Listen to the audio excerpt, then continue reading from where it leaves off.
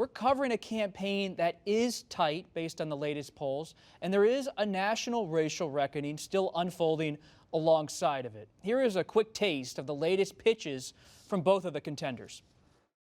If Biden wins, China wins. If Biden wins, the mob wins. If Biden wins, the rioters, anarchists, arsonists, and flag burners win. They want to shut down auto production, delay the vaccine. They want to destroy your suburbs. They want to erase your borders and indoctrinate your children with poisonous anti-American lies in our schools. Not going to happen. He used that dog whistle on race. Now it's a bullhorn. People don't want a handout. They just want a fighting chance. Just give me a shot. Asma, how is the Biden campaign handling that drumbeat from the president on the suburbs, his appeals to white voters? You know, they have certainly been campaigning and trying to reach out to suburban voters. But what I've been struck by with the Biden campaign, you know, we were talking earlier about the Woodward book. There are certainly passages in that book that get to, you know, how the president feels about race, how the president feels about black voters, about white privilege. Those passages are not really what we've been hearing much about from the Biden campaign. They have strictly focused on the pandemic. Biden feels like that has been a dereliction of duty, he says, and how the president's handled the situation. And so while we'll say that the president certainly feels very comfortable in talking about racial issues and cultural issues, however you want to define them, what I've been struck by is that, you know, the Biden campaign does not seem to want to engage as much in this conversation.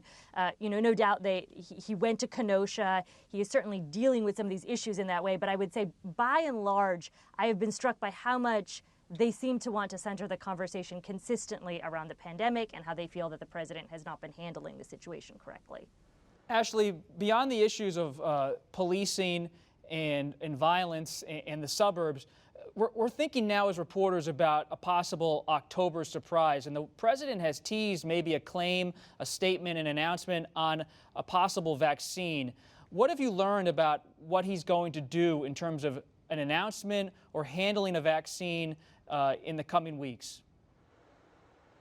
Well, my reporting shows that the vaccine is the key thing that the president is focused on and has been focused on for a number of weeks when it comes to the coronavirus. He is laser-like focused on the vaccine and not that much else.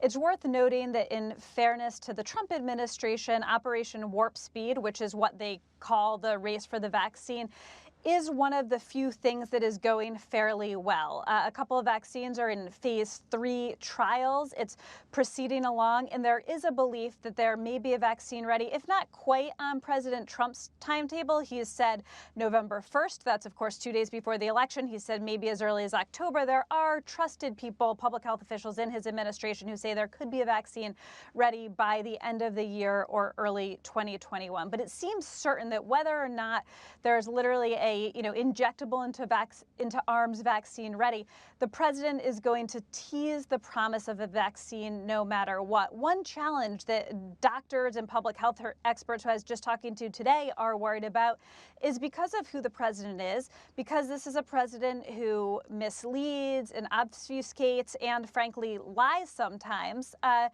that there's a huge portion of the population who will not trust this vaccine. Not the typical sliver of anti-vaxxers, but a much broader swath of the American public who just does not trust President Trump and a vaccine that he, by his own admission, is rushing through. So that might be a little wrinkle in whatever surprise the president is trying to roll out.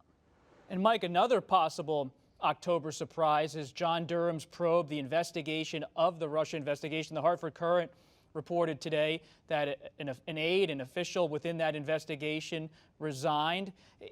This entire Durham probe has a cloud of possible pressure from the Attorney General over it. What are you learning on this fluid story about when it's going to be released, the report, and whether it's going to be seen widely as credible? The president wants it released before Election Day, and he wants more indictments to come out of it besides the one of an FBI lawyer that's happened so far. He has said this publicly. He has said it privately. He has put the pressure on his attorney general here to do that. that because the president and the attorney general have talked so much about this investigation, there is a strong perception that there is some sort of there and that they're going to be turning up some sort of bad information. The other problem with that, though, is that it undermines the actual investigation because it shows that the people who are in charge of it are saying that there may be a predetermined outcome. The president took pains in recent days to say he's not being briefed on it, but the White House Chief of Staff, Meadows, he talked the other day as if he had intimate knowledge about it, and now here, the top lieutenant of this investigation is apparently quitting because they were afraid of the political consequences. And this investigation has been built up so much on the right that if there is not some sort of there and some real nugget for them to bite into from this, they're going to be severely disappointed. Ozma, how is the Biden campaign preparing for the Durham probe, if at all? And also, how are they preparing to campaign in the final weeks? You see the president holding rallies once again, yet the Biden campaign is not doing that. Sorry, I think I heard I apologize. My connection's not very good. I think you were asking me about how the Biden campaign is going to be campaigning in the final weeks? Yes. Yes, okay. So I apologize about that I couldn't hear correctly. But in a nutshell, I've actually been looking in quite a bit. This week I was doing some reporting on the wide-scale discrepancy between sort of traditional ground game operation that you have between Republicans and Democrats. And this isn't just between Biden and Trump. This is between, state Democratic parties and state Republican parties. And I think what's notable is that you now have a situation where both candidates are physically traveling. Both men were in Pennsylvania today. They'll both be in Minnesota next week. But their way that they are campaigning is so fundamentally different. I mentioned I was in Wisconsin with Joe Biden the other day, and he held this small back-to-school event that was in a supporter's backyard with just 3 people in attendance. Handful of pooled press, and that was it. And it's so different, both in sort of tenor and tone and energy than many of Donald Trump's events. And so I think what to me is really notable is that, the scale of the events that Joe Biden is holding is fundamentally different. And I do have questions about, if you fly into, say, a key battleground community and you have a small scale event in someone's backyard, and you do a couple of local interviews, is that sufficient to generate the kind of, maybe news buzz that they feel they need? But in addition to that, they are not, knocking on doors. And the Republican Party claims that every week they are knocking on 1 million doors. And I, hear that from state party chairmen on both Republican and Democratic sides, that there is a difference in how they are campaigning. Democrats are largely campaigning and organizing a ground game that is exclusively via text, phone, and Zoom at this point. And there are big questions about whether or not that is sufficient to mobilize voters and get them out to the polls, and it's a sort of untested theory. Ashley, when you hear all that and you look at the Trump campaign in its own schedule, you look at the president releasing an updated list of Supreme Court nominees this week, do you sense urgency in the president's circle about where he is in the polls, about the need to get back on the road and to have these rallies? Yes and no. Releasing the list of the Supreme Court potential nominees was something that was absolutely crucial for him in 2016 in reassuring conservatives that he was one of them and that he wouldn't just get into office and revert back to sort of his previous ways, as a lot of them viewed him a Manhattan liberal.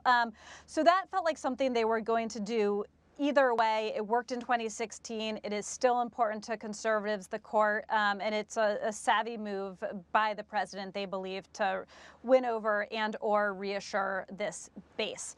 In terms of him sort of gliding back into the rallies without ever really announcing them, one function that serves is this is a president who, despite everything we talked about at the beginning of the show, knowing that this is a deadly pandemic, really just wants it to go away. He sort of wishes he could tweet it away, nickname it away, imagine it away. Of course, approaching almost 200,000 dead, we now know that's not, and kind of always knew, frankly, that's not how this works. But in doing these rallies for an evening or for a couple of hours, the president is able to create his own false reality where people are not socially distanced, where many people are not wearing masks, where it feels like the coronavirus does not exist. Just the other night, his campaign aides tracked down a New York Times reporter who was sort of taking photos, and saying that people weren't wearing masks. And so it does serve this energizing purpose for the president to pretend the virus isn't there.